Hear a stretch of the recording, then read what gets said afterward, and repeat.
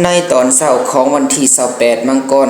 2025คณะอนุกรรมการโฆษณาและขบวนการของกองประชุมใหญ่องค์คณะพรรคเมืองสมัยที่14ที่รับผิดชอบสีน้ำบ้านมิไซและเขตน้ำสุได้ลงติดตาม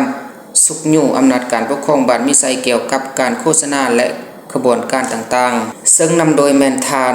1ท่านนางมังสีเบียดมณีกรรมการพรรคเมืองเลขาคณะบริหารงานสนมเมืองหัวหน้าอนุกรรมการโฆษณาและกระบวนการรับผิดชอบสีน้ำบานมีไส้และเขตน้ำสุ2ฐานเวียงทองเกี่ยวกับหัวหน้าหน่วยงานช่วยเหลือสภาประชาชนแขวงประจำเขตเลือกตั้งเมือง3ฐานนางบัวศรีจันทวงศ์พนักงานครูสอนมสนำปาคำเบไซ4ฐานซีวอนแก้วหมดอีเลขาคณะพรรคหักทานบ้านมีไซซึ่งมีผู้เข้าร่วม18คนยิง5คนเป้าหมายเข้าร่วมแมนคณะพรรคคณะบ้านคณะน้อยสาวนุ่มคณะน้อยไม่ยิ่งแนวโฮมปกสคันบ้านเข้าร่วมอย่างพร้อมเพรียงกองประชุมได้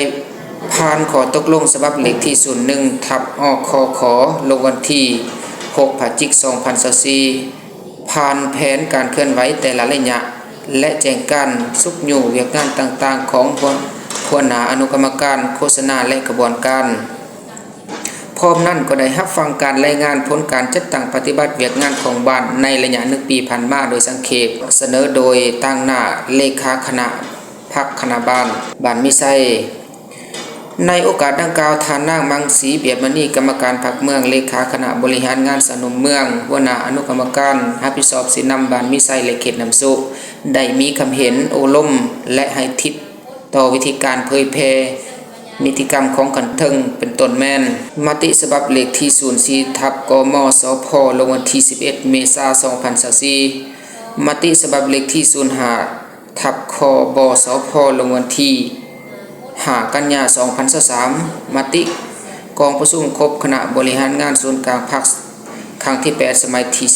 11เอกสารบทที่1เสริมขยายมูลเสือของพรรคเอกสารบทที่2ยกสูงความสามารถการนำพาของพรรค